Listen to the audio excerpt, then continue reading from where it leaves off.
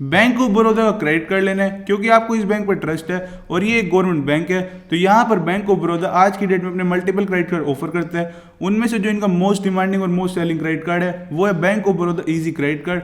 यहाँ पर bank of Baroda credit card पर आपको अलग अलग ऑफर्स देखने को मिलेंगे, जैसे कि अमेजोन और फ्लिपकार्ट पर। इसके अलावा जो ये क्रेडिट कार्ड है वो नॉर्मल पर्सन के यूज के लिए बना है और इस क्रेडिट कार्ड की ज्वाइनिंग फीस और एनुअल फीस भी ज़्यादा नहीं है और जितनी भी इसकी एनुअल फीस और ज्वाइनिंग फीस है वो भी इजीली वेव ऑफ हो सकती है।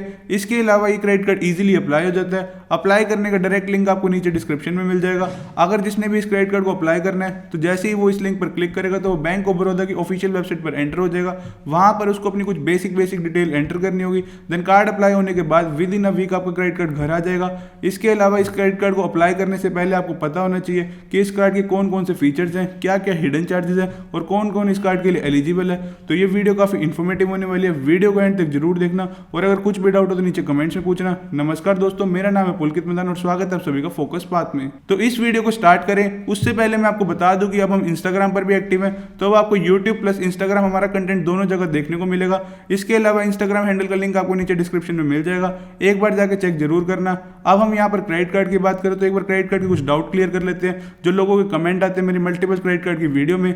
सबसे पहला डाउट तो यहाँ पर लोगों का ये होता है कि क्या हम मल्टीपल क्रेडिट कार्ड के लिए अप्लाई कर सकते हैं, मतलब कि मेरे पास पहले भी एक क्रेडिट कार्ड है तो क्या मैं दूसरे क्रेडिट कार्ड के लिए अप्लाई कर सकता हूँ। तो देखो आप बिल्कुल कर सकते हो दूसरे क्रेडिट कार्ड के लिए अप्लाई, यहाँ पर कोई भी लिमिट नहीं है, आप मल्टीपल बैंक से मल्टीपल क्रेडिट कार्ड के लिए अप्लाई कर सकते हो। इसके अलावा दूसरा डाउट लोगों का यहाँ पर ये होता है कि जैसे मान लो कि मेरा बैंक ऑफ बड़ौदा में मेरे को क्रेडिट कार्ड खुलवाना है लेकिन मेरा अकाउंट एसबीआई में है, तो क्या मैं bank of Baroda credit card ले सकता हूँ। तो यहाँ पर क्रेडिट कार्ड अप्लाई करने के लिए बैंक अकाउंट होना कंपलसरी नहीं है। अगर आपको किसी भी बैंक का क्रेडिट कार्ड लेना है तो ऐसा कंपलसरी नहीं है कि आपका पहले उस बैंक में अकाउंट हो। यहाँ पर आप किसी भी बैंक के क्रेडिट कार्ड के लिए अप्लाई कर सकते हो। जैसे कि इस केस में आपका अकाउंट एसबीआई में लेकिन आपको बैंक ऑफ बड़ौदा का क्रेडिट कार्ड लेना है तो यहाँ पर आप easily bank of Baroda credit card के लिए अप्लाई कर सकते हो।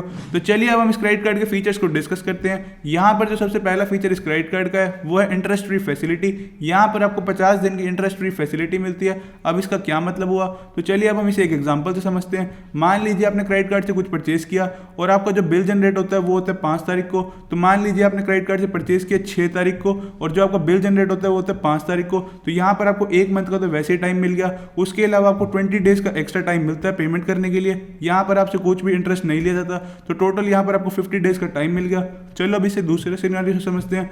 मान लीजिए आपने क्रेडिट कार्ड से कुछ परचेज किया लेकिन आपका जो बिल जनरेट होता है वो होता है 5 तारीख को और आपने जो परचेज किया वो किया 4 तारीख को। तो यहाँ पर आपके पास एक ही दिन का टाइम है क्योंकि आपका नेक्स्ट डे बिल जनरेट हो जाएगा।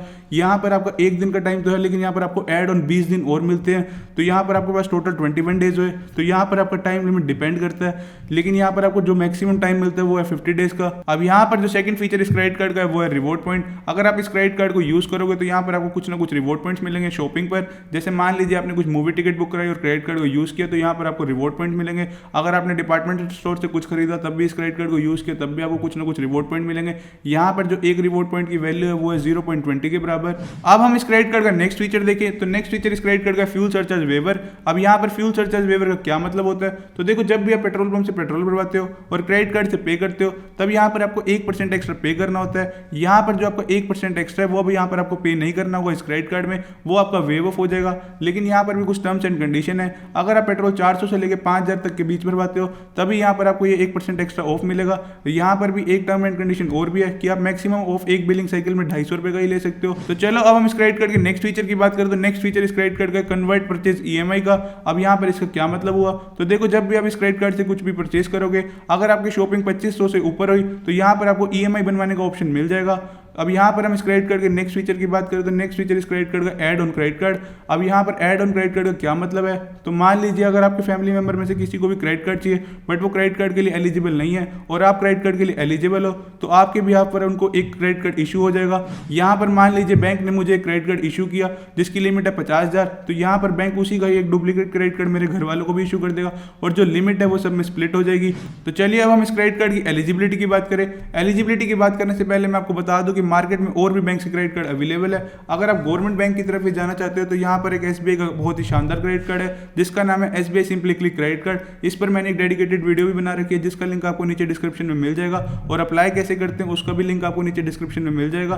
बाकी आप एक बार इन दोनों क्रेडिट कार्ड को कंपेयर कर लेना अपने हिसाब से, जो भी क्रेडिट कार्ड आपको अच्छा लगे तो आप उसके हिसाब से अप्लाई कर सकते हैं। तो चलिए अब हम एलिजिबिलिटी की बात पर वापसी आते हैं। यहाँ पर हम एलिजिबिलिटी की बात करें तो सबसे पहले इस क्रेडिट कार्ड को अप्लाई करने के लिए आपकी जो एज है वो 18 साल से लेकर 65 साल के बीच होनी चाहिए, चाहे वो आप सैलरीड क्लास हो या फिर सेल्फ एम्प्लॉयड। आपकी एज 18 साल से लेकर 65 साल के बीच होनी चाहिए। उसके अलावा जो आपकी मंथली इनकम है वो 25,000 से ज़्यादा होनी चाहिए।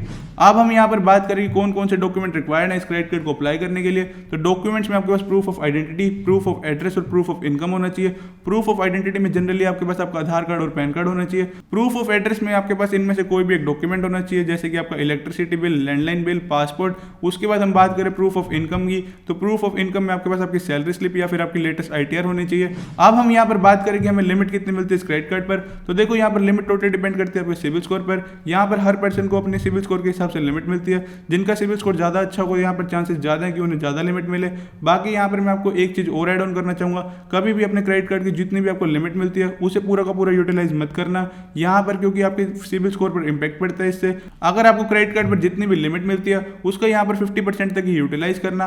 तो चलो अब हम यहाँ पर इस क्रेडिट कार्ड के फीस एंड चार्जेस की बात करें। फीस एंड चार्जेस में जो सबसे पहला पॉइंट आता है वो आता है ज्वाइनिंग फीस का, कि इस क्रेडिट कार्ड को अप्लाई करने के लिए कितनी ज्वाइनिंग फीस लगती है। यहाँ पर जो इस क्रेडिट कार्ड की जो ज्वाइनिंग फीस है वो है यहाँ पर 500 रुपये। ये फीस भी वेव ऑफ हो सकती है अगर आप पहले 60 दिनों के अंदर अंदर इस क्रेडिट कार्ड से 6,000 तक यूज करते हो, तो यहाँ पर जो इसकी फीस है 500 रुपये वो वेव ऑफ हो जाएगी। उसके बाद यहाँ पर हम नेक्स्ट चार्ज की बात करें तो नेक्स्ट चार्ज हमारे पास आता है एनुअल चार्ज का। यहाँ पर आपको 500 रुपये एनुअल चार्ज पे करने होते हैं। जो ये चार्ज है ये भी वेव ऑफ हो सकता है अगर आप इस क्रेडिट कार्ड से 35,000 रुपये एनुअली स्पेंड करते हो, तो जो ये यहाँ पर 500 रुपये फीस है ये भी वेव ऑफ हो जाएगी। उसके अलावा हम यहाँ पर बात करें नेक्स्ट चार्ज की, तो नेक्स्ट चार्ज यहाँ पर आता है फाइनेंशियल चार्ज। मतलब कि अगर आप क्रेडिट कार्ड यूज़ करते हो और पेमेंट करने में थोड़ा सा भी लेट हो जाते हो तब यहाँ पर आपको कितना रेट ऑफ इंटरेस्ट पे करना होगा।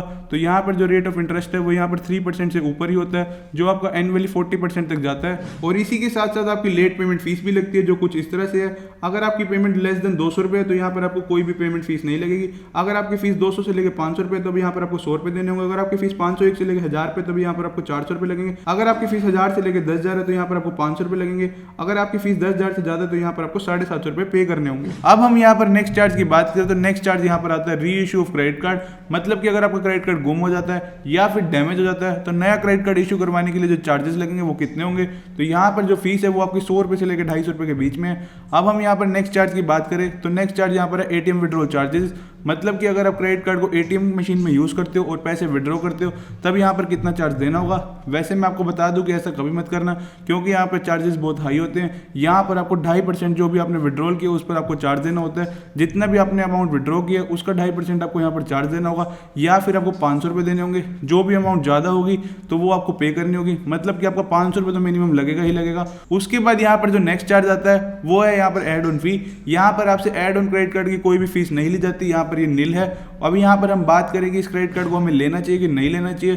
तो देखो क्रेडिट कार्ड लेना ना लेना आप पर डिपेंड करता है। यहाँ पर मैंने इस क्रेडिट कार्ड का एक पूरा का पूरा ओवरव्यू आपको दे दिया है। बाकी अगर आपको बैंक ऑफ बड़ौदा का ही क्रेडिट कार्ड चाहिए तो आप इस क्रेडिट कार्ड के साथ जा सकते हो, ये काफ़ी अच्छा क्रेडिट कार्ड है। इसके अलावा अगर आपको सरकारी बैंक का ही क्रेडिट कार्ड चाहिए तो यहाँ पर आपके पास एक ऑप्शन और है SBI simply click credit card का, वो भी काफ़ी अच्छा क्रेडिट कार्ड है। उस पर मैंने एक डेडिकेटेड वीडियो बना रखी है, आप चेक जरूर करना।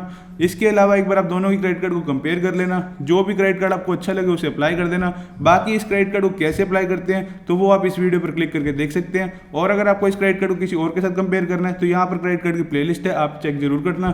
So this is the end of the video. अगर आपको वीडियो इन्फॉर्मेटिव लगी तो चैनल को सब्सक्राइब और वीडियो को लाइक जरूर करना। और अगर आपको कुछ भी डाउट हो तो नीचे कमेंट्स में पूछना। Thanks and thank you all.